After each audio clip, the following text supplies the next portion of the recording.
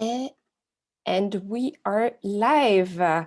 Good morning, everyone, and welcome to panel 3 session. This panel, as you know, focuses on how energy efficiency policies can be financed, designed, implemented, and managed to generate optimal and lasting energy savings. I'm one of the Marin Cornelis, one of the panel leaders, along with Clemence Rood from Fraunhofer, who will be handling your questions. We have 4 amazing speakers today: Paolo Bertoldi from the European Commission, Tanya Kenkman, Didier Bosbaf, and Sirotman and Amy Ambrose, who will be talking about really about all of us, about the question of energy poverty, the question of how the people can make the difference. Clemence, I give you the floor for some housekeeping rules. Yeah, thank you very much, Marine. Yeah, we have again the opportunity for you to ask questions. Preferably you use the Q&A functionality of Woover. It worked well over the last days.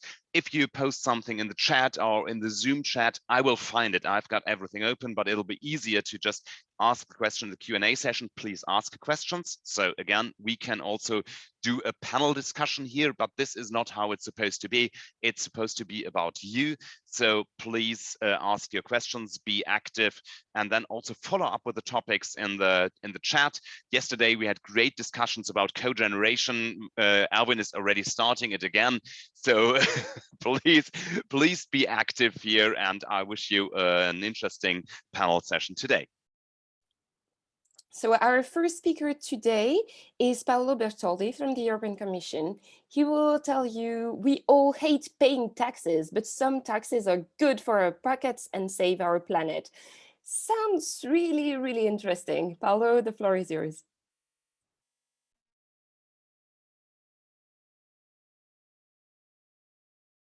Thank you for the introduction. Good morning to everybody. I work for the European Commission Joint Research Center, and my paper is about energy and carbon taxes. Next slide, please.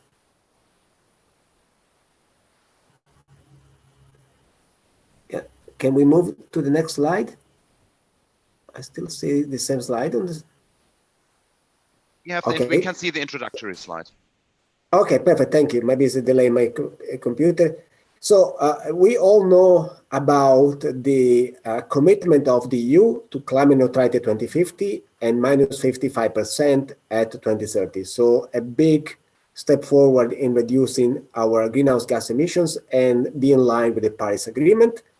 We have an energy efficiency target at 2030 of 32.5, which is going to be raised very soon. We don't know how much, might be 36 to 38% primary final energy. So we need a lot of additional policies to boost energy efficiency at all levels in the EU. Next slide, please.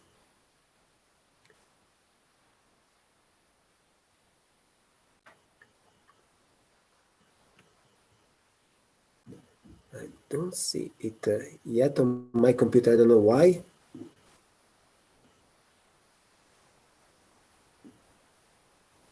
Do you see slide number 2 now? Yes, we can see the slide perfectly well. So if you just proceed, if you know what you... Slide number... Yeah. If you know what you're talking about, you should just continue if possible. Okay. So there are, I still frozen on slide 1. I don't know why. Maybe I switch off my camera and see if this improves. No. Okay, now it's coming. So first of all, it's important also to notice that we always speak about energy efficiency, which for me is a technical measure to improve, to get the same quantity of final service with less energy input. But in the frame of challenging climate target, we should also consider energy conservation, so reduction in the energy service, which could be sufficiency or behavior-driven. So it means reducing the floor area that we have, reducing the heating. I know for some time, for some people is not ideal. It impacts their well-being, but what is important is to find the right compromise that everyone has the right to have a certain level of service, of well-being, but without abusing this concept. Next slide, please. So we have a number of barriers which have been analyzed in literature and also taken into account by policymakers for a number of years. This is back to year 2000. I think it was a very comprehensive list of different barriers, economic, behavioral, organizational. There are, of course, other schemes classifying barriers. And this justify a lot of policy instruments because each policy instrument removes some of the barriers and not all of them. And this is why there is no magic policy in energy efficiency. We all know that we need a package of policies, a combination of policies. Next slide, please.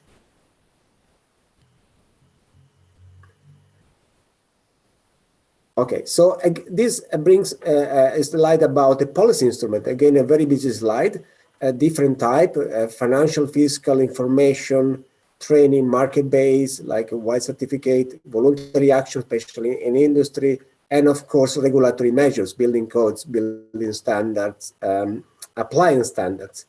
And today I focus on energy carbon taxation as one of the important policy. It doesn't mean it is the only policy. It doesn't mean that it's the preferential policy, but it's a policy that sometimes in discussion at eceee is a bit forgotten, and we look mainly at regulatory policy or maybe informational policy. Next slide, please. It's also important to highlight that there is a rebound effect, and nobody can claim there is no rebound. There is agreement in literature. The disagreement is how big it is. Maybe it's 5% of energy saving. Some claim it's 100%, but the majority say is small, between maybe 10 and 20%, but it cannot be ignored. So we have the direct rebound. When you have a lower cost of your service, you may increase. Very important, for example, for energy poor household, that they have the right to increase their heating setting if they are under heating, but then the energy savings are a bit taken away by this effect. Indirect rebound, if I save some money in my energy bill, I can travel more, I can do some other activity which consume, again, energy. And then the more economic wide is basically that you, by improving efficiency, you reduce the energy cost because there is less demand in theory, and then the whole economy will readjust to a higher level of consumption to go back to the same balance between demand and supply. Next slide, please. So carbon pricing is a policy which has been around for a number of years. We know that some people are risk adverse in relation to investment. They want a very high return on investment, so have a very high discount rate, and while at the same time have a less risky behavior with respect to losses. So if there is a price increase, they tend to react to a certain level of elasticity, of course, depending also on the income and other social economic characteristics. But they really want to avoid a loss. So they may reduce their consumption if there is a price signal. And the two main avenues that are being explored by policymakers is a carbon energy tax or emission trading systems. In Europe, we have more an emission trading system with some carbon tax in some member states, but not a strong taxation. Of course, for a tax is much more powerful because ETS maybe is a bit far away from end user, and not sure how much of the increased cost for power generation is then transmitted to end user, and does not cover all the end users. For example, the emission of a boiler is not in a house is not covered by the emission trading. And of course, the tax set the price, but not the quantity of the emission reduction, while the cap and trade will set the quantity and leave to the market the price. Next slide, please. So it's not only the tax is an instrument which has been recognized as helping in reducing emissions, and there's a steering agreement in literature, but also can be effective to reduce somehow the rebound. Because if you have efficiency standards which may trigger some rebound, and then you have also a price instrument, and then you be careful not to abuse of the efficiency that reduce your energy cost. The main problem is how to define the taxation level. that should be substantial, and we know numbers like $100 per ton of CO2, might be 500, and most probably if you include all the externality, we have to go to these levels. But we know also the social opposition to higher energy prices. And we know what happened a couple of years ago in France with the yellow vest, the gilet jaune, that for a small increase in the petrol price, they cause a walk in France. And finally, what happened to energy poor household or family household that have difficulty in paying already now the energy bill if we increase the price of the energy because of carbon tax? This is a very important issue. We don't want to cause energy poverty. We want to reduce it. Next slide, please. So what is important is to know that a nation, a country will basically raise some money, some finance to a carbon tax or even ETS. So what is very important is to make sure that this amount of money that is collected by this member state is reinvest, in particular in poor household, but in general also for energy efficiency project.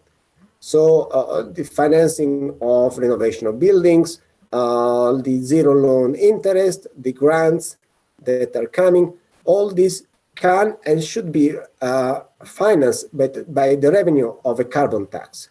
And in this case, we can lower the distributional impact, we can make it more acceptable to household, and also we create a boost in economy, because we know energy efficiency investment create more jobs and create additional revenues, in particular local level. In theory, if there is not only the recycling tax, but we can consider as well to replace gradually the labor taxation, which is the main source of income for member state or countries, with partly gradually with the carbon tax. So in this case, the families may reduce their income tax and pay more on the energy, but in this case also with the right information and the right subsidies, have more wealth and being able to invest in efficiency. And again, the taxation and the carbon price should be a big trigger for investment, because the payback time will be reduced. Next slide.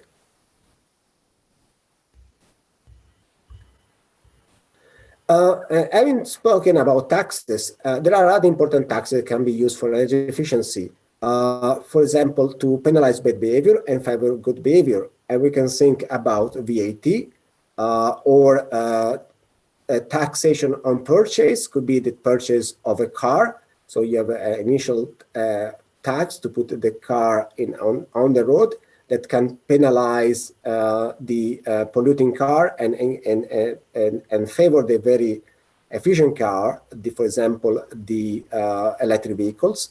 And the same time could be the road tax, the annual tax that can be geared to the amount of driven kilometers. So there is an incentive to drive as little as possible, because the more you drive, the more you pay tax. Or the VAT can also be used on appliances, on vehicles, etc. And the same can be done on buildings. When there is a stamp duty, when you buy buildings, this can be taken into account the carbon emission of the buildings, and also the annual property tax, which is usually based on the value of building, should or could take care, include also a component or be exclusively based on the emissions or the energy consumption of the buildings. Next slide. Another not very much investigated, means I would say investigative literature, but not very much taken into account by policymakers, and has been very much discussed by the Oxford University team, Tina Fawcett and colleagues, is the personal carbon allowances, which would then give you a budget of CO2 emissions to each citizen or each household, or could be translated to a building as well. And as most citizens were not able really to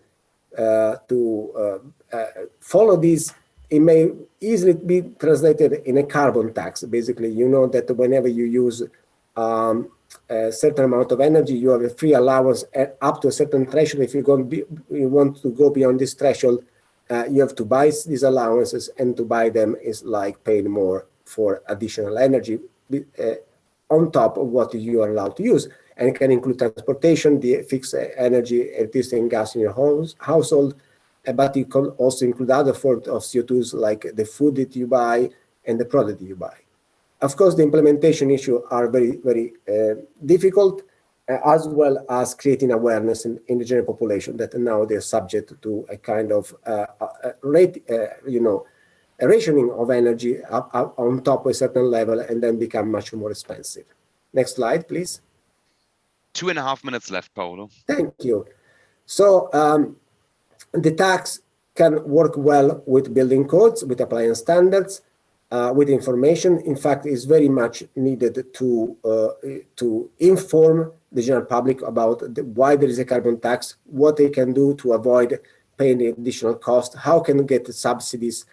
Of course, carbon tax and ETS are a bit complementary. I know some jurisdictions have both of them.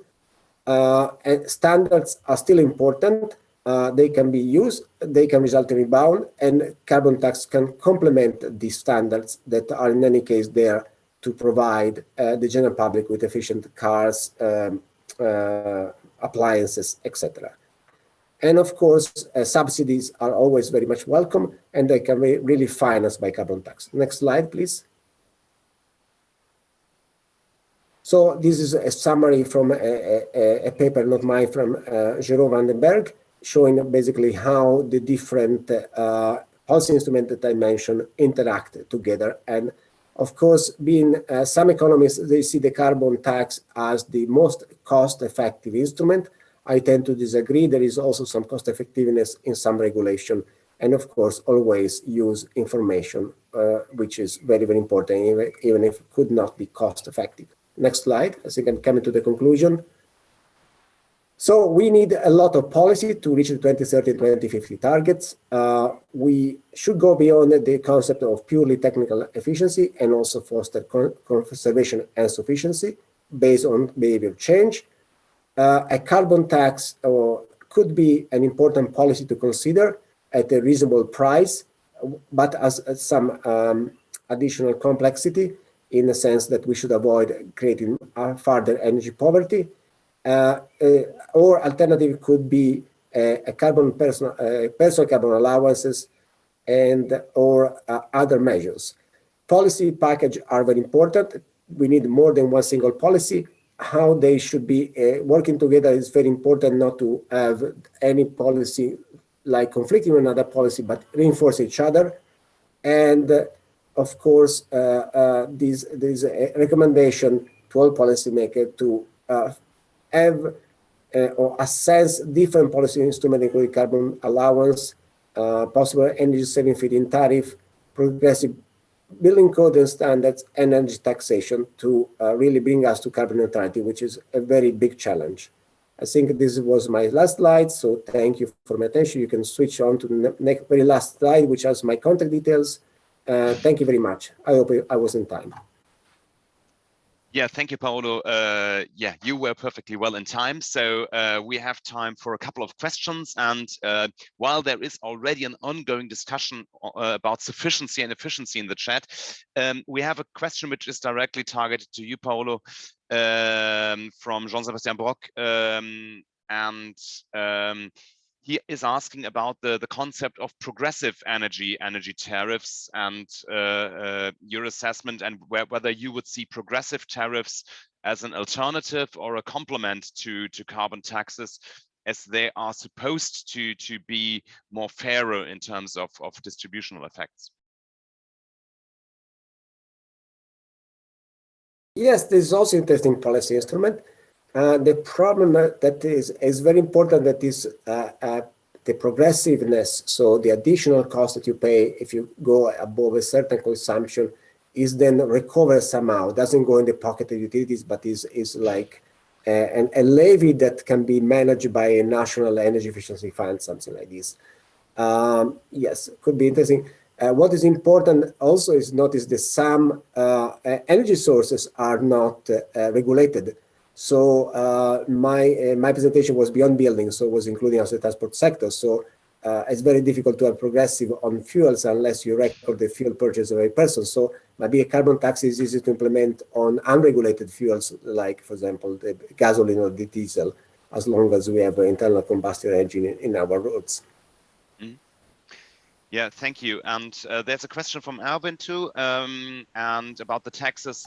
Currently, in many countries, we have high surcharges on the electricity bill as the feed-in, for example, due to the feed-in tariffs for renewables and so on. And so there's a huge difference between gas and electricity price, and which do not favor heat pumps, for example, in the building sector. How could we tackle that rather better whether in such a system?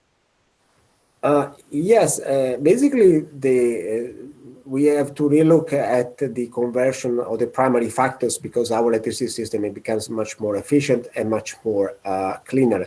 We should denominate everything in carbon, not anymore in primary energy, because carbon is what's compelling. And a second point, if you have national levies for supporting renewables and for supporting efficiency, for example, white certificates, collect a levy in Italy, have it on both gas and electricity at the same level, not just on the electricity system. So this is my recommendation as well. Yeah. Okay. Thank you. I mean, in the end, it's a bit of a question on also how to proceed with the revenue streams you generate, whether you redistribute the revenue streams or whether you take additional or you put in additional spending on the public budget also to somehow work with the social distortions you might have when you have a carbon tax, also in that respect. So Alvin is following up on that, asking, we have three directions. So a pure redistribution from electricity to the energy sectors to take over this additional budget which is currently put on the electricity price by the public budget, which is, for example, discussed in Germany at the moment, or just going to a pure concept of carbon tax and having it in a very simple way. Do you have any preference in that respect here? Yeah, I think what we need is really to recycle the carbon tax, or a large share of it. Because if it goes into the general budget, it makes just the citizen angry about another tax. But if you say this tax that you pay comes back to you or to some family which have more need than you to boost their efficiency, maybe it could be better accepted, because it's also connected to climate change. Say their effort is as important as your effort to reduce emission, because it's a global but also local issues. So a lot of information needs, not just put their tax and making the money disappear in the general budget and not giving any information to consumer. Yeah. Couldn't agree more. Okay, thank you, Paolo. We are now 1 or 2 minutes behind schedule, but which is fine after the introduction. And I will again give back to Marine to introduce our next speaker. Yes, thank you so much, Paolo. And I think you wrapped it up quite well, saying that it's about the local action, it's about all of us, and that's why we chose this title with Clemence when we set up this session. So now our next speaker is Tanya Kekman of the Eco Institute. She will talk about municipal climate action managers and the impact of their work. So Tanya, the floor is yours.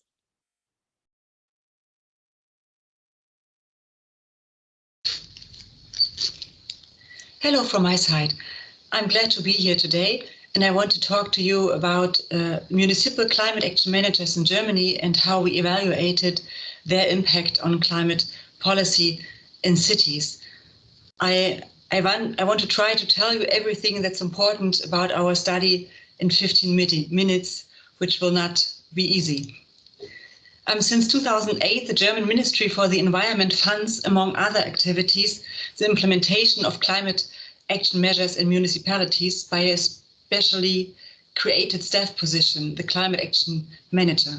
It is funded by the Local Authorities Funding Guideline, which mainly addresses climate action for municipalities, but also in other local authorities such as churches. It is part of the Climate of the National Climate Initiative, which consists of many different funding programs, but the local authorities funding guideline is the most important one. You can also see this in the graph on the slide. The National Climate Initiative had from 2008 to 2019 a volume of about 1 billion euro, and through the local authorities guideline, almost half of that amount was spent, and climate action managers have been funded with about 6% of the total volume. This shows that it is a very important funding priority. A climate action manager is a staff position within the administration, and usually one position or less, for example, half a position, is funded per municipality. The main tasks of the managers are the implementation of the climate action plan of the municipality, which means that the existence of a climate action plan is a prerequisite for applying for the funding of climate action managers. And the second main task is the monitoring of the implementation of the climate action plan.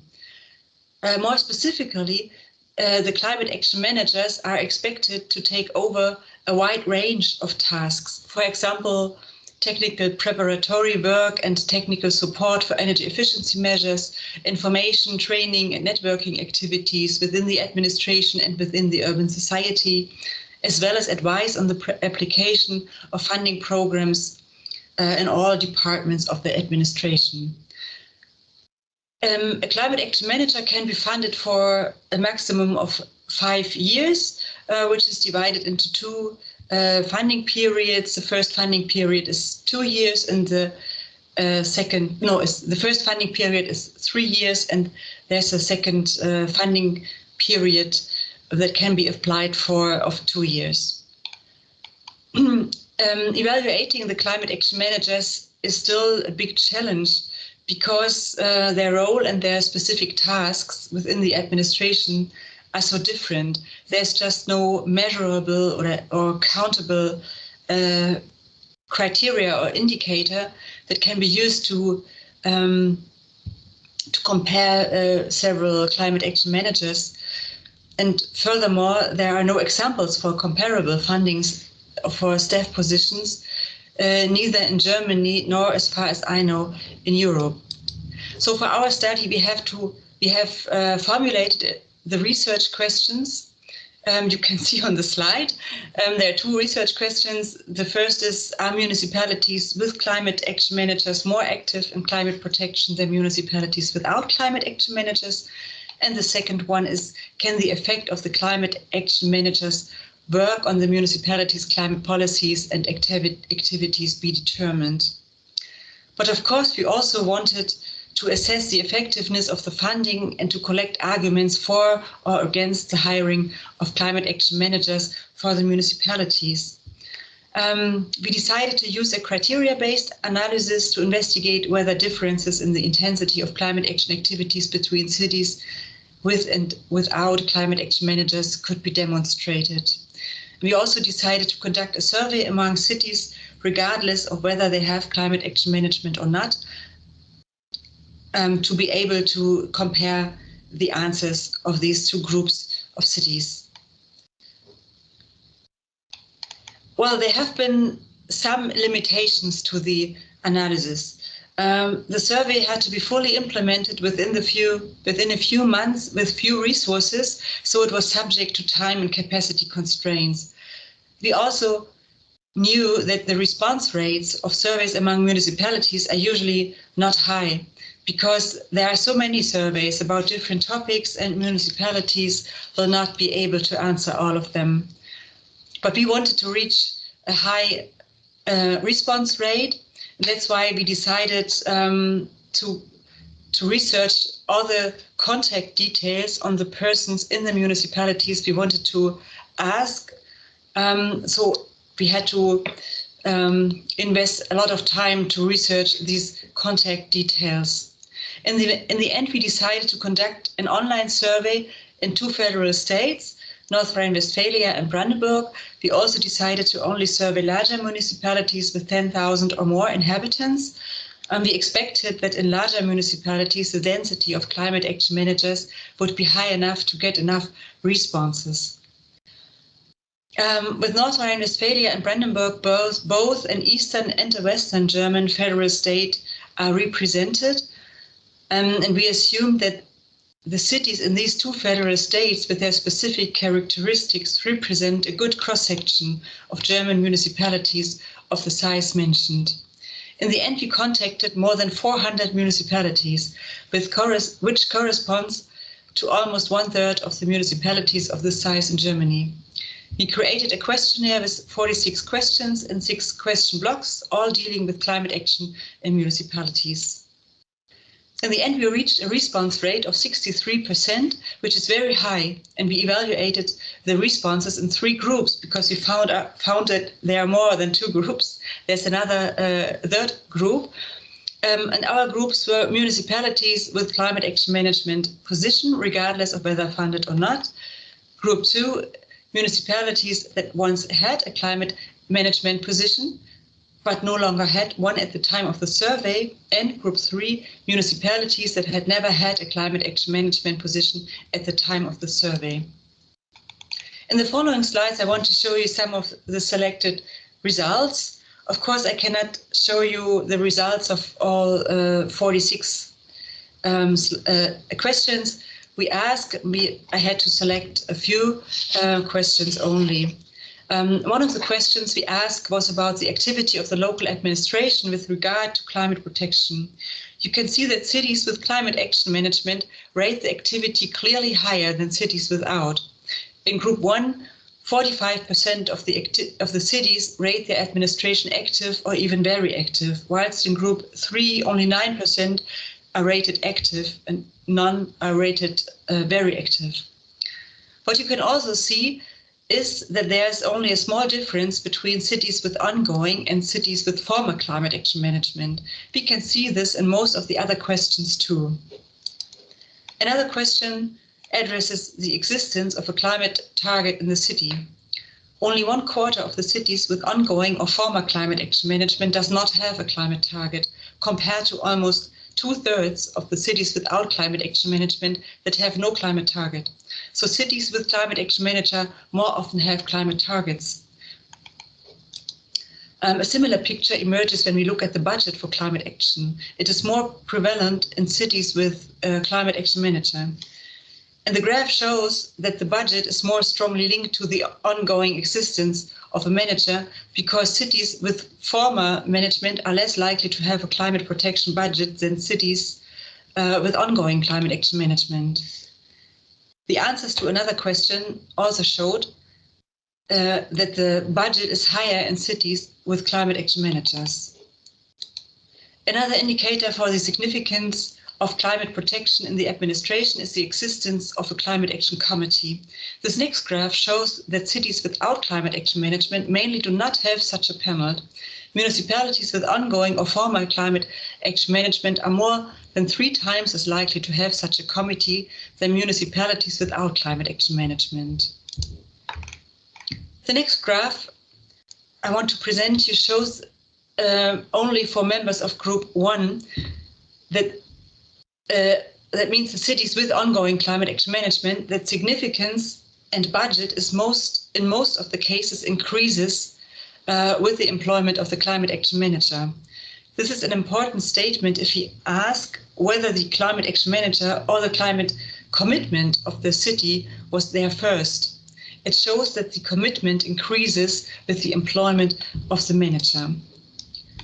Another result I want to tell you is that the cities with climate action manager use more often public funding for climate action or energy efficiency projects than cities without.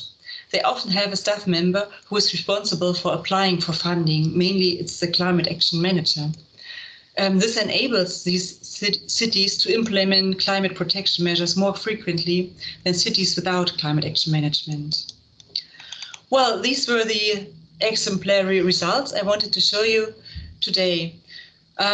If we look at the comparison of the 3 groups, the results are quite clear, but still the question is complex and there's a number of aspects that influence the results. I want to tell you some of the most important aspects we should have a focus on also later on. The first of all is the size of the city. The cities, the proportion of smaller cities with 10,000 to 20,000 inhabitants without climate action management is significantly higher than in cities with climate action management. This means that smaller cities simply less often apply for climate action managers. The second point is that persons who answer the survey are in the cities with climate action managers, mainly the climate action managers themselves. This means that there could be a bias because the climate action managers rate their own administration or their own city. But actually, we think that the bias can go both ways. The climate action managers could rate their own administration better or worse than other staff members. The third point is the amount of working hours of the climate action manager and the total number of staff positions. Because they usually there's only one climate action manager funded, but it is still possible that more climate action managers are there, and this should have an impact on the work of their climate action management. But we didn't put a focus on this question in our survey. And the fourth point is the involvement of the climate action managers in the administration. With that, I mean that the climate action manager could belong to a specialized department, such as the Department for Environment or the Building Department, or it could belong to a staff unit at the mayor's office, or it could directly belong to the mayor's office. Or that might be differences in the impact of their work. And we didn't put a focus on this question either. This should be a subject of further investigation. Well, now I come to the conclusion. We think that we could demonstrate in our study the importance of climate action managers for municipal climate action, climate policy and action. Municipalities with a climate action manager perform better than municipalities without in practically all the climate protection aspects surveyed. Climate action has a higher priority, generally finds stronger support in municipal politics and greater attention. Also outside the environmental department, there's more often a climate action committee, more experts are involved, and more funding programs are used. And also we found that cities that once had a climate action management position did not make it permanent, still perform better in almost all aspects than municipalities that never had one. But we cannot say how long this effect will last. Well, our conclusion is that climate action managers significantly increase the municipalities' climate protection activities, or to say it the other way around, cities need climate action managers to become better and more active in climate protection matters. The effectiveness of the funding could be proven, the funding should be continued, and the number of municipalities should be increased, the number of that apply for climate action managers. There should be a focus on smaller cities in the funding program because they less often apply, and there should also be a focus on municipalities with less than 10,000 inhabitants because we didn't look at these smaller municipalities. Well, now I am at the end. I want to thank my colleagues, our partners, the Federal Ministry of the Environment and the Projektträger Jülich, and I want to thank you for listening.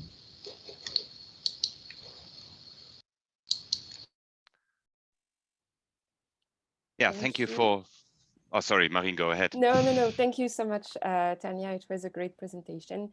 And we see we really had a better understanding of what is needed to be done at a very local level, because we often see the big picture, but in practice, things are quite more complicated indeed. Clémence, the floor is yours for the questions. Yeah, thank you so much. And we have quite some questions here, and as you can expect, some of them are dealing with the question of cause and effect and self-selection of the municipalities who applied for the climate action managers. So I will somehow try to sum them up a bit because they are addressing somehow a similar issue. So the question is, of course, and you partially answered it, but perhaps you can elaborate a bit more on that. The question about the self-selection of the municipalities who applied for the climate action managers. So you already said that after the climate manager was installed, they had an increase in their ambition and so on, but couldn't that be part of something they would have done anyway? So was really the climate manager the cause? So the question also, are the municipalities without a climate action manager really comparable to the ones you looked at? So how is the comparison between the two of them? So I would start with that one to you. Okay, thanks. Well, of course, we asked the question that you said first. What is there first in the cities? Is this first the engagement for climate action, and that's why the cities decide to apply for the funding, or do they just apply for the funding and then the engagement increases? I think both is true. I think, of course, there has to be a commitment for climate action in the municipalities. Otherwise, they would not apply for funding. But also, I think that the impact of the climate action manager is that high that there really is an increase of climate action in the municipalities after employing the manager.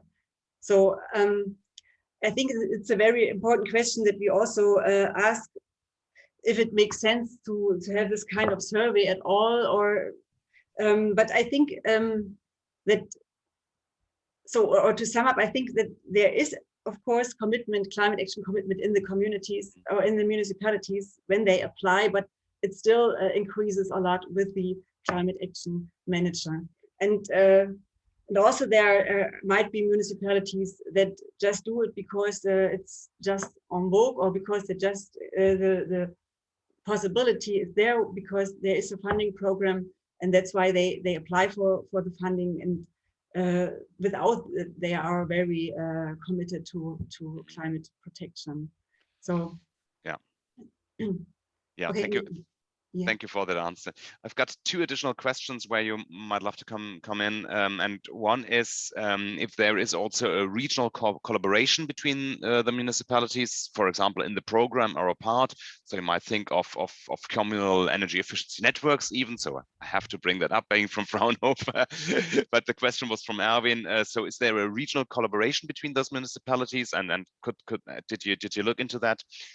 And the second question, which is on a completely different matter, but I'll ask it anyway directly so you can answer on both, is you target the forerunners with such a program. How can we get the laggards finally? So the ones who are not willing to go down that road. You clearly pointed out, okay, we empower the ones who want to go down that road, but how do we reach the municipalities who don't? Okay, the question about the networking between the municipalities, there are several possibilities for climate action managers to network if they want to. There's a federal or German-wide association of climate action managers where they can cooperate or exchange. There are online platforms that are also funded by the federal ministry. But I know that there are also very regional or very local associations or smaller networks of managers. So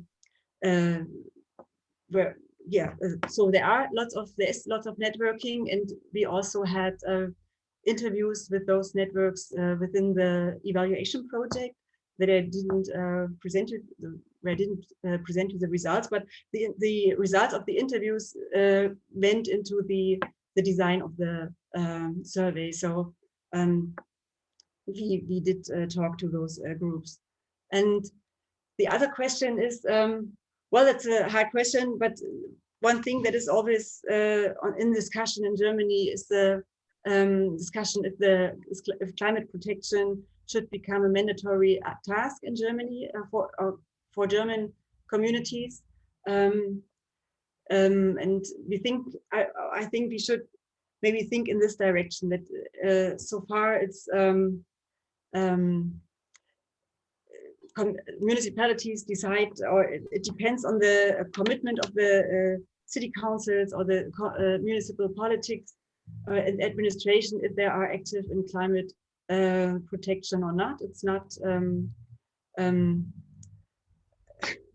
they don't have to do it if they don't want to, but we should think about it to make it obligatory or mandatory to do climate protection in cities, but so far it's not the case, and that's why we still have these communities or these municipalities that don't do very much. Okay, thank you very much. We have to move on in our agenda right now, so you can still also answer questions in the chat and the Q&A session if you like, and to follow up with the discussion. Discussion is lively in the chat, so go ahead with that. I love it. Back to Marie. Yes, indeed. Thank you so much, Tanya, for the presentation and answering the questions. Now, our next speaker is Didier Bosboeuf from ADEME. He will be talking about tackling energy poverty and learned experience from 10 European countries. Didier, the floor is yours. It's a live presentation. Good morning, everybody. It's a pleasure to present our work on a benchmark on policy on fuel poverty. And this is a shared presentation between ADEME, the French Agency for Ecological Transition, eceee, my friend Jean-Sébastien Brock, Stéphane Buzarowski and Blassi Sokonomu, and Enerdata, Mélodie Mistré and Marie Rousselot. Next. There are few benchmarks on fuel poverty, and I think ours, it's one of the most recent one.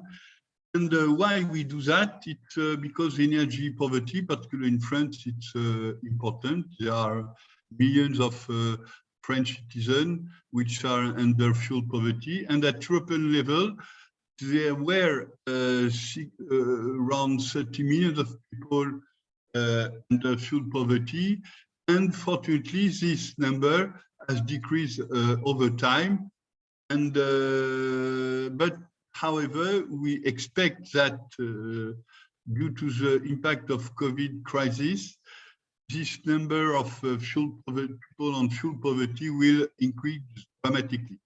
So this is a very big issue, and in many countries. There is the Commission has tackled this issue. There are around 20 program on fuel poverty. There are some provision in the Energy Efficiency Directive and the EPBD, and there are also some particular piece of legislation or recommendation, as you can see here. And clearly, the Commission expects that the COVID crisis will increase the importance of energy poverty in the EU. So the question that we try to answer is how member states are addressing energy poverty, and what can experience can be shared among us. Next. My presentation will be classic. What are the objectives of the study? What is the methodology used? And what are the main results? Next. So what is the background of the objective? In France, there is a French observatory on fuel poverty, which gathers 30 partners from utilities, associations, NGOs. And among this observatory, I am chairing the working group on Europe. And this work is part of the activities of this working group. And I ask some of our colleagues to help me to make this benchmark. So this is a benchmark on good practice about policies and measures to tackle energy poverty only in Europe. And to do that, we have to compile data on policies, on indicators to see some evidence of fuel poverty evolution. We have an exchange of information and to have a knowledge on policies and measures, and we have a strong objective to disseminate our results through a communicative brochure, and all this matter will be put on our website. And at least this is not a one-shot study. We believe that through the collaborative process that we have put in place during this benchmark study, we create a sort of network of implementers of fuel poverty. Of course, there are other initiatives like the European Observatory which do that, but we believe we can have this type of network. Next. We, for the first, let's say, wave, we have selected 10 countries, plus we have a fact sheet on the EU in total. And the selection of country was based on diverse type of countries from south, from east, and of course from the north of Europe, with a diversity of context about climate, and also about the way they are tackling energy poverty. And we focus mainly on household, despite we try to find there are one or two measures on transportation. Thank you. Next slide. The methodology that we are following, it's first we have a criteria to select country, taking into account diversity of context and approaches, and also the fact that their policy are clearly identified. There are many countries which announce that they have policy on fuel poverty, but there are quite far less policy which are really implemented. We also take into account the fact that they have implemented a dedicated observatory on fuel poverty. We have collection data processing. We use national climate plan. We use Eurostat, mainly for indicators. We use national sources from agencies, from ministries. We look to some database from the European Observatory, from the MULE database, from H20 project, etc. The idea is to make, to edit for each of the 10 selected countries, a 4-page fact sheet, which is similar for all the same format for all countries. The first page is context and governance, where you can see the definition, if they have an observatory, what is the governance at national, local level. Second, it's dedicated to quantitative aspects through a statistic and indicator to monitor fuel poverty. The third one, it's on national measures. And the fourth one, it's good practice, mainly based on local practices. And the validation was done, so we have an exchange with national experts, sometime from the National Observatory or from the national agencies. And this validation from national experts has been completed by the validation of the French Observatory. Next. In terms of context and governance, next. The approach, it's of course different according to the context.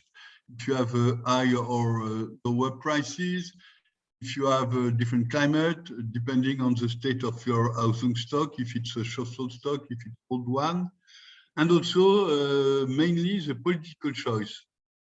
The main difference we see, it's some countries consider that fuel poverty is only part of a general social aspect, and some countries consider that we have a dedicated policy to fuel poverty.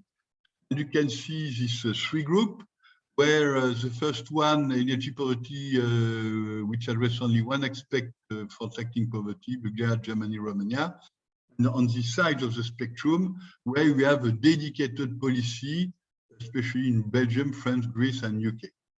Second issue is definition. There are some attempt of definition at European level, but at national level, there are countries we have no definition, somewhere we have under discussion, and there are three countries where they have a official national definition, like France, Spain, and UK.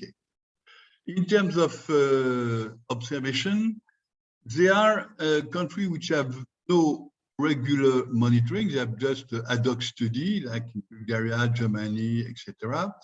Some have dedicated annual reports, like UK, for instance, and some have dedicated observatory, and I think this is one of the most important issues of this part of the benchmark, the dedicated observatory, which have different, let's say, governance and issues and composition, and you can find them in Belgium, France, Greece, and Italy. So it means that there are not so much country in Europe which has really a dedicated observatory on fuel poverty. Next.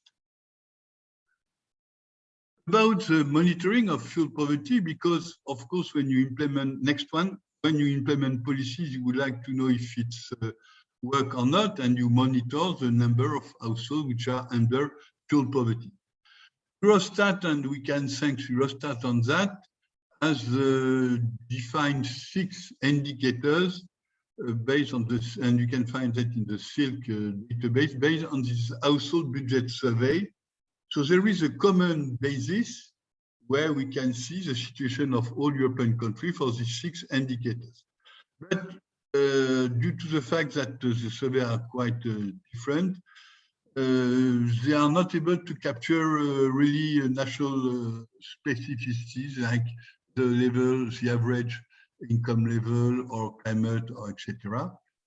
But clearly, there is a recommendation that the Commission proposed that countries add national indicators to have a better identification of energy poverty. This is what you can see here.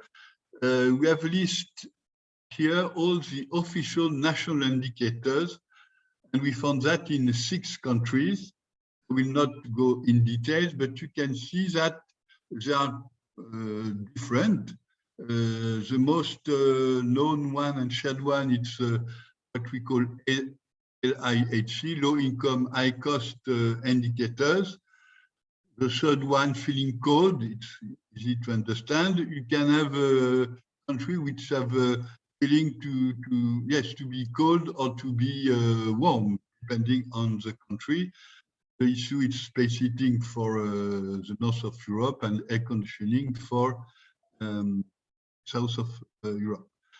The known one is threshold on ratio on energy expensive and disposable income, for example, 10%, etc. So they are national target and they are clearly more specific to the country. Next. Didier, 3 minutes to go. Yes, policies and measures, this is the most important thing. Next one. We have what are the national efficiency measures. I put the effort on that because I think on that issue of fuel poverty, there are a lot of local measures, as we will see.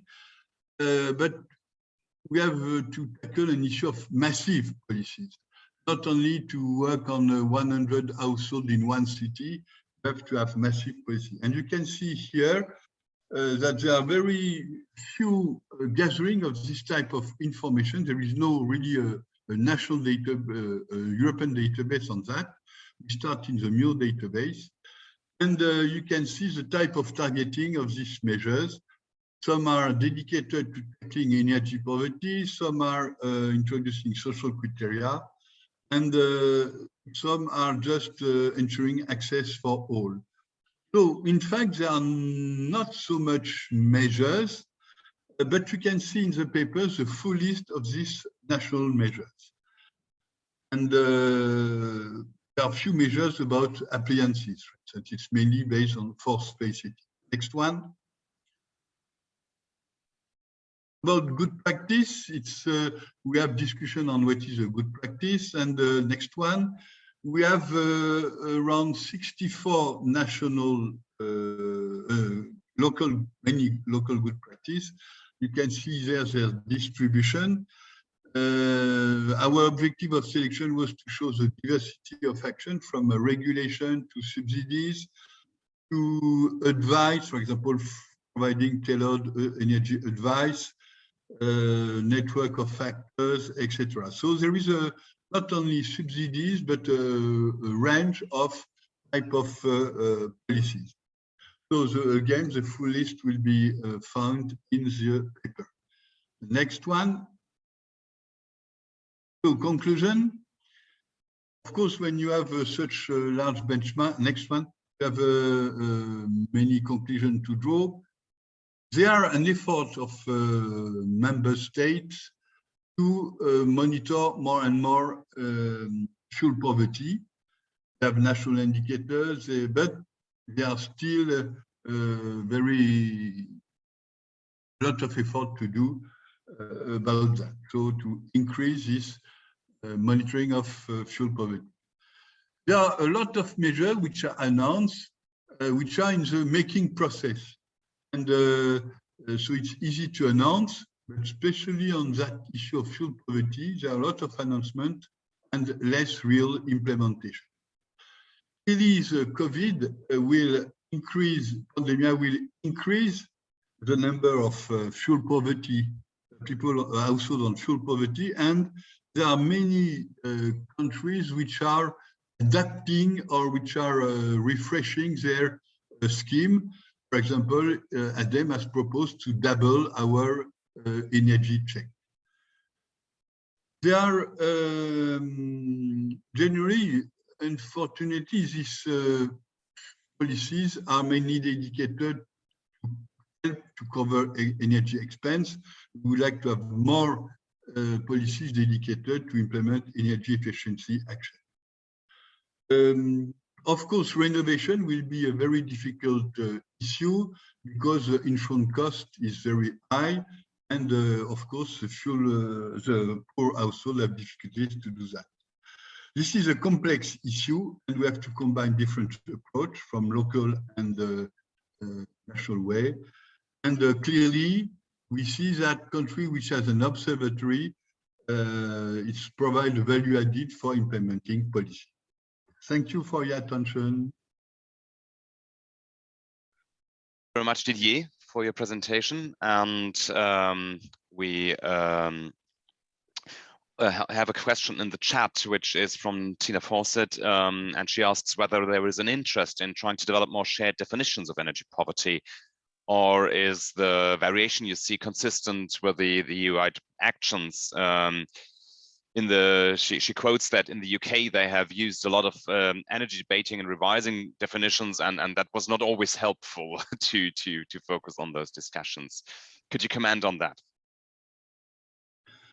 For those we know me, because I am working on that issue, not on fuel poverty, I am more an energy efficiency guy than fuel poverty guy.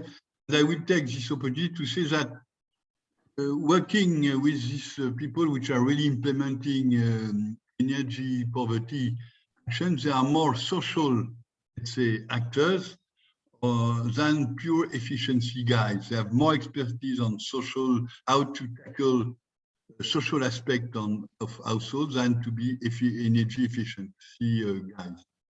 So, and for me, I prefer action than discussion, theoretical discussion on definition. However, this is of course important, and the main issue that we are facing for implementing action is to find this household. And for instance, in at them, we are developing a model for geocalize the household. And this is a very important issue for utilities, for NGOs to find where we can get this household. So to spend less time on definition and discussion, more time on where to find it, and more time on finding, let's say, massive action. I really see a lot of local action. I like that. This is very original, and we need that, but we have to change our scale. We have to, when we have several millions of households, we have to go not only to go through classic NGOs activities, to go beyond. Yeah, thank you, Didier, for that answer. And I would love to raise a bit more of a general question, and it might be a bit provocative, but shouldn't we just leave energy policy be energy policy and leave fuel poverty to the social policy, which is a statement which is framing the discussion very much in Germany, at least, and I suppose also in some other countries. Can you elaborate a bit on that? Yes, and because I'm a strongly advocating for having dedicated policies on that. And I will have we are in Europe context, but I work quite a lot in developing world. And for example, even in India, they have dedicated, we can consider there are a billion of poor, but they have dedicated policy, for example, different VAT tax on efficient lamp, depending on your level of house. So as you can see in a selection of countries, you cannot see too much Nordic country. And next to that presentation, I will join the ENR Club. I have another meeting just after, which is the group of energy efficiency agencies. And I propose to have a working group on fuel poverty, and all the Scandinavians say no. They have a tradition to say, okay, this is plus we have done too much fuel poor, and I say you are lucky, but also they consider this is a social aspect. And frankly speaking, when the country are more healthier, they consider it's more a social aspect than to make effort on fuel poverty. But so Germany, we know it's a discussion, but also all the Nordic consider that it's not, it should be treated through social aspect. But when I see that with in France, my colleagues, which are sociologists, they are very good in social action, but they don't know how subsidies work on energy efficiency. So we have to find a mix. We cannot let that to only social actors. We need them, but efficiency, and we are here for that. We know it's quite complex to implement. For example, do we have to implement renewable and efficiency? This is a very difficult question that you don't pose to me. But so I am for a dedicated energy poverty policy. And I recall you that in Article 7, there is a disposition that forces countries to have 40% of their policies on their white certificate. What we are doing in France, even more, 60% of our white certificate are dedicated to household. And it's a good question to utilities why they are doing that. Yeah, thank you. I think we could have a very long discussion about that, and I'm missing the red wine for that actually for lunch now. And as I'm in Germany, there's no red wine for lunch. Anyway, we are now a bit behind schedule, so I hand back to Marine. Yes, thank you so much, Clémence, and thanks for this very provocative question. Thank Didier for this excellent presentation. And we will keep on the discussion around energy poverty, but with maybe a broader look, because we're going to look into hard-to-reach energy users. Amy and Bruce from the Sheffield Hallam University will tell us more about it. The presentation focuses on to what extent has COVID-19 impacted hard-to-reach energy users. So it's perfectly timely and perfect just after Didier's presentation. Amy, please, the floor is yours. You have 15 minutes. Hi, everyone. I'm experiencing, as is always the case when I do something important, an unstable internet connection. So I'm going to leave my camera off for now, and then once I stop screen sharing, I'll turn it on again for the questions. So I'll just be at a voice out of a black box for a while. Right, hopefully everyone can see my slides okay. I can't actually see you now. I've started screen sharing, so please send me a message if there's any problems with the slides. So good morning, everyone. My name's Amy Ambrose. I'm Professor of Energy Policy at the Centre for Regional Economic and Social Research at Sheffield Hallam University in the UK. I'm speaking to you from a very unusually sunny Sheffield this morning. I'm also an advisor to an international research collaboration on hard-to-reach energy users, which is delivered in partnership with the Users Technology Collaboration Programme by the International Energy Agency. And that's a programme focusing on the creation of user-centred energy systems, in short. So today I'm going to provide an overview of some of the key points from our research paper, which focuses on emerging evidence from our project regarding the ways in which COVID-19 has impacted the different social groups which might be deemed hard to reach in various ways. So I must point out before we go on that many of the images that I've included in the presentation are taken from the Cold at Home website, which is curated by the Energy Action Project. They're not part of this project, but that project has created these incredibly compelling and engaging images, which I think help us to understand the lived experiences and plight of hard to reach energy users around Europe. So I hope you enjoy those. So I'm presenting today on behalf of all of us involved in this collaboration, and my co-authors are all listed here. So the collaboration is now in its second year. It's got one more year to run. The main contributors are academics, policymakers and practitioners from Sweden, the USA, the UK and New Zealand. So the term hard to reach is probably very familiar to everyone here. It's bandied around an awful lot. I think it's often used as a sort of catch-all term to lump together many varied groups of energy users with complex circumstances or who are poorly understood in some way. So our aim through our collaboration has been to really unpick this concept by characterising the full range of segments of the population that might be deemed hard to reach in an energy context. And we also aim to identify the barriers, the needs and the opportunities that exist in terms of successfully engaging hard to reach audiences in the kinds of policies and initiatives that have the potential to improve their circumstances as individuals and our collective circumstances too. So the project considers both residential and commercial energy users and the overlap between the two, which of course there's quite a bit of. And also, we also consider policy makers themselves as a sort of hard to reach audience. But in this presentation, just because of restrictions around time, I'll primarily focus on domestic energy users. So stated formally, the aim of our collaboration is to identify, define and prioritise hard to reach audiences and design, measure and share effective strategies to engage those audiences to achieve energy, demand response and climate targets while meeting access, equity and energy service needs. So a little bit wordy there. You're probably also wondering what our kind of working definition of hard to reach is, and this is what we've come up with so far.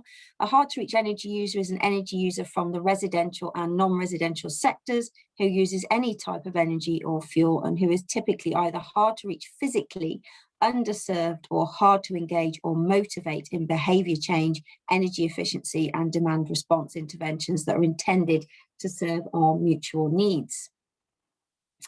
So COVID arrived towards the end of the first year of the project, and therefore it's been quite a defining influence on the direction we've taken. So suddenly, with the onset of the pandemic, the race is on in the wider world beyond this project to identify and engage the hard to reach. And this is something we've been banging on for some time at this point. So efforts were put in to reach hard to reach groups first in order to reach them with behavioural messages around limiting social contact, and later to encourage them to come forward for vaccination. So we ended up with a sort of living lab or natural experiment for our project in quite an unanticipated way. So our collaboration works perhaps unconventionally in the sense that each of the participating countries leads their own research focused on the hard to reach audiences that they need or want to prioritise in their country. But there are commonalities amongst some of the countries in terms of the groups they prioritise, as we'll discuss later on. So we don't seek so much to compare between participating countries as there are inherent difficulties in doing so. So instead, there's more of a focus on drawing out broader lessons from across the participating countries. So in terms of where we've got to, we've completed a mammoth evidence review of all available data and publications of relevance to the project. We've conducted a global survey on who is considered hard to reach and how they're engaged at present. And we've conducted around 40 interviews with stakeholders across the 4 participating countries, including academics, policymakers, policy influencers, lobbyists, pressure groups, and practitioners. And we're about to embark on a series of in-depth case studies of interventions that are targeted at or which involve hard to reach groups, which are going to provide the basis for the design of pilot engagement strategies. So the pandemic has really put the spotlight on behaviour change strategies. Indeed, as I said, we've relied on them to contain the spread of the virus. So through this, we've established new social norms and routines and embedded certain behaviours which have had quite profound epidemiological, social, economic, environmental and well-being related consequences. So COVID has really pushed the hard to reach agenda to the fore, having rendered us more of us within that category of being hard to reach than we ever could have imagined. And it's laid bare the deep fault lines of inequality within and between our societies. And the indications are, unfortunately, that the scars left by the last year and a half will remain for many years to come. So our work feels more relevant than ever before. And I think as Bruno Latour, who's unfortunately not part of the project, we wish he was, put so well, that the virus has shown that we can prioritise and change the way we do things, we can spread important messages and we can adapt our behaviour much more quickly than we thought we could. And we've learned through our collective experience that we're not a collection of impotent individuals, but we're a powerful collective with real agency when we need to be. So the short to medium term strategies that we've employed to manage COVID could be harnessed to improve energy efficiency, public health, and improve the quality of the natural environment, amongst other things. But in the immediate term, these strategies have led to deep challenges, particularly for those with the most complex circumstances in society. But soon we hope we'll have a window to consider carefully how we can repair that damage and sustain the positive impacts that we've had during this period. We're clear that behaviour change won't do all the work and that systemic change is going to be required alongside it. So although COVID is going to remain intrinsic to our project till its conclusion, our sub-project on COVID-19 impacts will help us to distill vital learning about identifying and successfully engaging hard-to-reach energy users and understanding the intricacies of their plight. So over the remaining slides, I'll provide some insights into the research that each participating team has undertaken in relation to understanding the impacts of COVID-19 on hard-to-reach energy users. And I'll conclude with a few key points from across the contributions of participating countries. So in the USA, the main stakeholders participating in the project are utility companies. They're funding much of the research. And they're primarily interested in understanding and engaging more effectively with low-income groups, which of course encompass a huge variety of demographics. They're particularly keen to engage with them around insulation, or as they call it, weatherization schemes. They're specifically interested in renters, those that live in remote locations, those non-native language speakers, and small businesses. So in the US, large-scale surveys have been conducted by our partners over there, dedicated to the exploration of the energy impacts of the pandemic. And they've revealed that although domestic energy use has increased by 50% as a result of the pandemic, people are actually less aware of how much energy they're using and have monitored it less than usual, which seems quite a surprising finding in some ways. 15% of those who responded had delayed paying energy bills as a result of the pandemic, and they were more likely to be low-income, non-white households living in rented accommodation. The support offered by utilities around payment holidays and so forth was a source of irritation, it emerged, for high-income households who felt it wasn't relevant to them, whilst lower-income households appreciated it, but lamented that it was effectively just a sort of stay of execution, and these arrears would catch up with them shortly. So a key recommendation to emerge from the research in the US was that utility companies need to more carefully target the support they're offering at the groups they're actually aiming it at. And this underlines the need to really unpick and understand their vulnerable customer base in much more detail, both in terms of demographics and psychographics. So in the UK, we've focused on fuel poor households, and that's a group growing in size as a result of the pandemic, and which stood at 3 million households prior to the pandemic, and that's in England alone, and that's around 10% of the population. That figure is likely to have increased.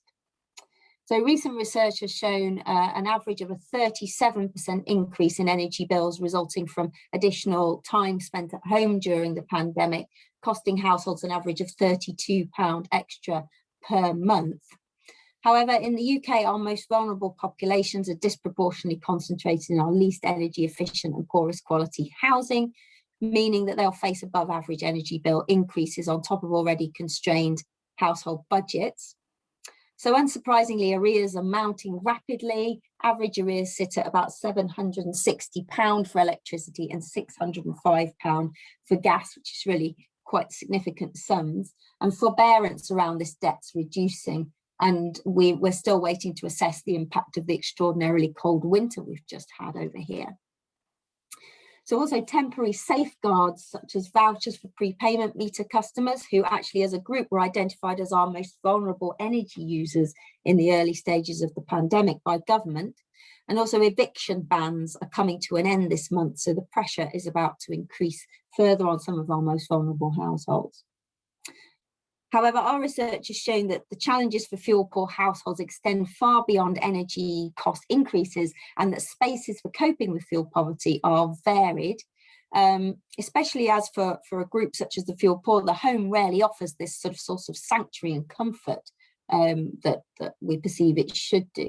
So so-called third spaces, which are not the home or the workplace, such as libraries, public transport, cafes, community facilities, provide vital lifelines for the fuel poor, giving them access to not just a warm space, but also social contact. And their access to these spaces has been hugely interrupted, to put it mildly, throughout the pandemic. And sadly, these spaces have not been prioritised for reopening in the way that hospitality venues that cost money to access have been. So in the UK, we've collected qualitative data on the lived experience of the fuel poor under lockdown. And I've selected one quote to share with you on the side of the screen to give you a taster of our findings. I won't read it out because I'm short on time, but you see there that Sasha is a single mum, is working very hard to manage the comfort in the home at a time when there's greater pressure on her already low income. And you see some of the ingenious strategies she's employing to manage the comfort of her and her son around the home without incurring additional costs. So in you have a good 2 minutes left. Okay. New Zealand, the priority audiences are low-income immigrants, occupants of poor quality housing, private renters, and students. So I suppose just to say that, like in the UK, the high proportion of households, there's a high proportion of households in fuel poverty in New Zealand, around 14%.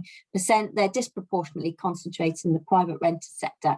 And the pandemic, although they've had a very successful COVID management strategy in New Zealand, has meant that households have endured more time in cold, damp, uncomfortable homes. And this has brought on additional hardship.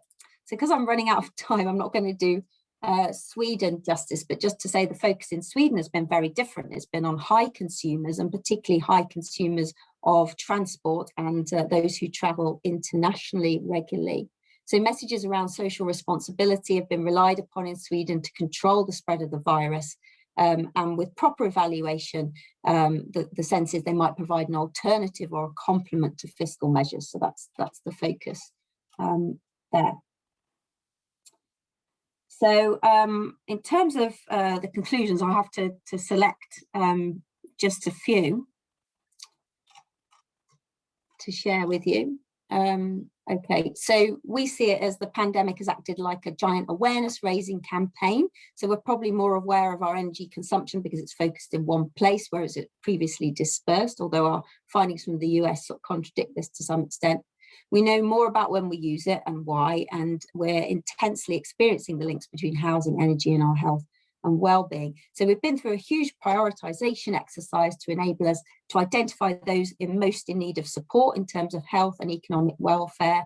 And in the UK, at least, we've considered who our most vulnerable energy users are and have made efforts to support them, albeit in a short-termist way. And we've also had to work out in a hurry how best to communicate with all groups in society, and lessons will have been learnt from that we're trying to distill. And we hope that the progress we've made can be captured for the benefit of the huge transition that we face away from fossil fuels. And just to finish, we've also identified that perhaps the greatest risk associated with being hard to reach at this time is the impact on well-being, which is often neglected by researchers and policymakers due to its seemingly nebulous nature as a concept, which makes it hard to challenge and to measure. Thank you.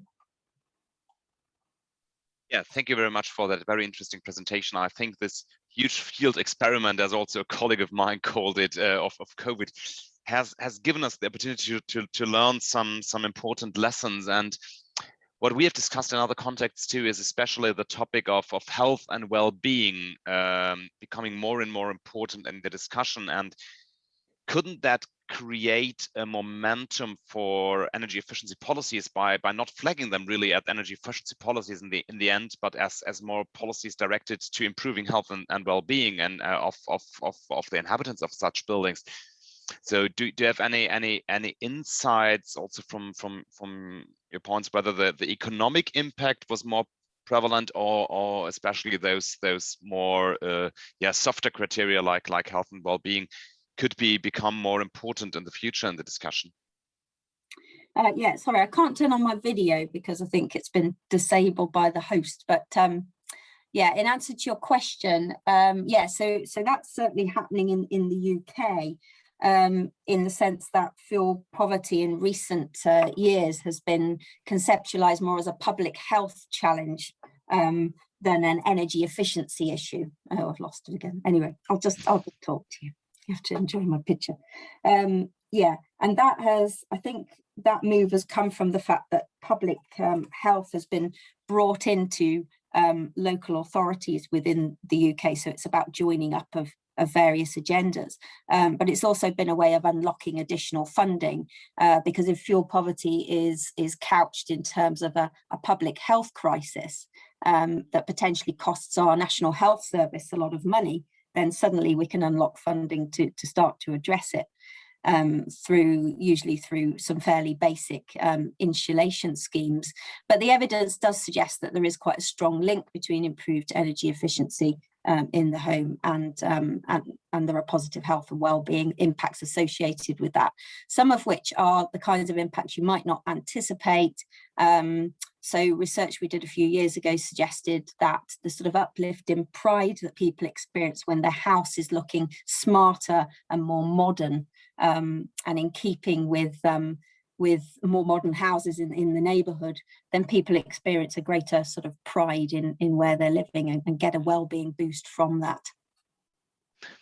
Yeah, thank you very much. One additional question from the chat is from Tina Fawcett, and a comparable group in some ways are the small and SMEs, especially micro enterprises, which might also be in a hard to reach group. Are you aware of any research in the context of hard to reach SMEs, especially small and micro enterprises? Yeah, there's a lot of interest within this program of research. As I said, I focused on the domestic issues today because I had to sort of keep the presentation tight, but there's a lot of interest within this program in SMEs. They're a priority for many of the participating countries, including the UK. Now, at the next stage of the project, so this is something I can tell you about the next eceee, we're going to be looking, particularly within New Zealand, at SMEs that are running out of the home. And there's been anecdotally, it seems there's been an increase in those kinds of business arrangements as a result of the pandemic, particularly. So we're going to be looking at the interactions between the pressures of managing domestic energy consumption alongside your business needs. So yeah, watch this space on that one. Okay, we will. Thank you so much. We have now reached the end of our session already, so I give back to Marine before the bells start ringing here, because I've got an open window. Now you can hear, should be able to hear it. Exactly. So thank you so much, Amy. It was really, really super interesting, and I'm looking forward to the presentation next year of the results on SMEs. I'm sure that Didier, Tanya, and Paulo also have a lot to learn from this approach regarding hard to reach energy users. In any case, I wanted to thank you very, very much for this very lively session, and for that everyone managed to keep on time. So I won't be the one that put you late. So thank you so much. Please go check the Whova website. There might be other sessions that might interest you, and do connect also tomorrow morning, 10:30. We will be keeping on with the discussion. I'm looking really much forward to tomorrow, and thank you so much again for being with us today. Thank you. Bye.